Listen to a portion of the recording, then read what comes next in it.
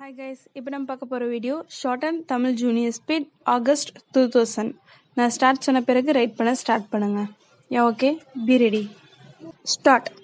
நண்பர்களே, தமிழகம் தொழில் வளர்ச்சியில் விரைந்து முன்னேற்றம் காண்பதற்கான வழிவகைகளை ஆராய்வதற்காக ஏற்பாடு செய்யப்பட்டுள்ள இந்த ஆலோசனை கூட்டத்தில் கலந்து கொள்வதில் பெருமகிழ்ச்சி அடைகிறேன். தொழிலதிபர்களின் கருத்துக்களையும் எதிர்பார்ப்புகளையும் புரிந்து கொண்டு விரைவான தொழில் வளர்ச்சிக்கு துணை புரியும் சூழ்நிலையை தமிழகத்தில் ஏற்படுத்த ஒரு புதிய தொழில் கொள்கையை இந்த அரசு வகுத்துள்ளது.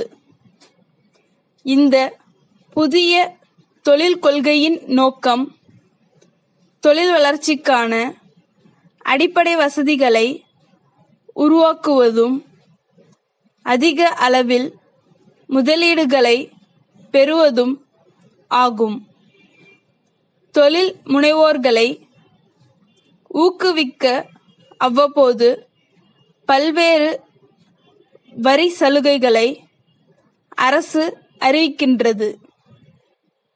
தொழில்துறையில் ஏற்பட்டு வரும் வளர்ச்சி காரணமாக நாட்டின் பொருளாதாரம் ஒரு முக்கியமான காலகட்டத்தை கடந்து கொண்டிருக்கிறது என்பதை சுட்டிக்காட்ட விரும்புகிறேன். தொழில்துறை வளர்ச்சியை அதிகரிக்க கட்டுப்பாடுகளை நீக்குவது அவசியமாகும். இதற்காக இத்துறையில் அரசின் நேரடி தலையீட்டை குறைப்பதும் தனியார் துறையினரை பெருமளவில் ஊக்கப்படுத்துவதும் வெளிநாட்டு மூலதனங்களை பெறுவதும் அரசு எடுத்து வரும் சில முக்கிய நடவடிக்கைகள் ஆகும். நான் சமீபத்தில் பல்வேறு திட்டங்கள் குறித்து தொழிலதிபர்களுடன் நேரடியாக சந்தித்து பேசினேன்.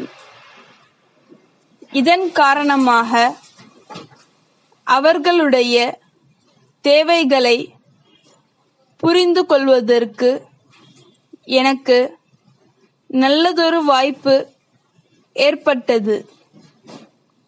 இந்த அனுபவத்தின் அடிப்படையில் நமது அரசின் புதிய தொழில் கொள்கை விரைவில் அறிவிக்கப்படும் என்பதை பெருமையுடன் குறிப்பிட விரும்புகிறேன். தொழில்களை பொறுத்தவரையில் அரசின் நேரடி முதலீடு அவற்றில் குறைய வேண்டும் என்பது அரசின் எண்ணமாகும். இதனை கருத்தில் கொண்டு தனியார் மூலதனத்தை அதிகரிக்க நிலையான திட்டங்கள் வகுக்கப்பட்டு அவ்வப்போது வழங்கப்பட்டு வருகின்றன. புதிய முதலீடுகளை பெறுவதற்கும் புதிய தொழில்கள் பலவற்றை தொடங்குவதற்கும் உரிய முறையில் நடவடிக்கை மேற்கொள்ளப்படுவதால் பல நன்மைகள் ஏற்பட்டுள்ளன. எல்லாவற்றிற்கும் மேலாக பிற மாநிலங்களிலிருந்து கச்சா பொருள்களை பெறுவதிலும் நம் மாநிலத்தில் உற்பத்தியாகும் பொருள்களுக்கு வெளி மாநில சந்தையை ஏற்படுத்துவதிலும் அரசு விழிப்போடு இருந்து அதற்கேற்ற நடவடிக்கைகளை அவ்வப்போது எடுத்து வருவதை எல்லோரும் பெரிதும் வரவேற்கிறார்கள் என்பதை தெரிவித்துக் கொள்கிறேன். திருநெல்வேலி சாலை தெருவில் இருக்கும் ரமணி கூட்டமைப்பு, தென்காசி நதிக்கரை தெருவில் இருக்கும் சீதா பல்பொருள் அங்காடிக்கு எழுதும் கடிதம். அன்புடையீர், தாங்கள் செப்டம்பர் மாதம் 11ஆம் நாள் எழுதிய கடிதமும் அத்துடன் இணைத்து அனுப்பிய 10,000 ரூபாய்க்கான காசோலையும் கிடைக்கப் பெற்றன. தங்களுக்கு சேர வேண்டிய தள்ளுபடியை கழித்துக் கொண்டே தாங்கள் காசோலையை அனுப்பியிருக்கிறீர்கள் என்பதை அறிந்து கொண்டோம். இன்னும் 2 பட்டியலுக்கு தாங்கள் பணம் செலுத்தாமல் இருப்பதால் அவை இன்னும் தங்கள் கணக்கில் நிலுவையில் இருக்கின்றன என்பதை இந்த நேரத்தில் நினைவூட்ட விரும்புகிறேன்.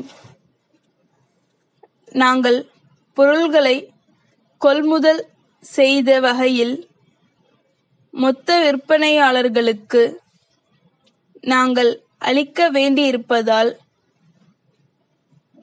உடனடியாக இத்தொகையை அனுப்பி வைப்பதில் தங்களின் ஒத்துழைப்பை வழங்க கேட்டுக்கொள்கிறோம்.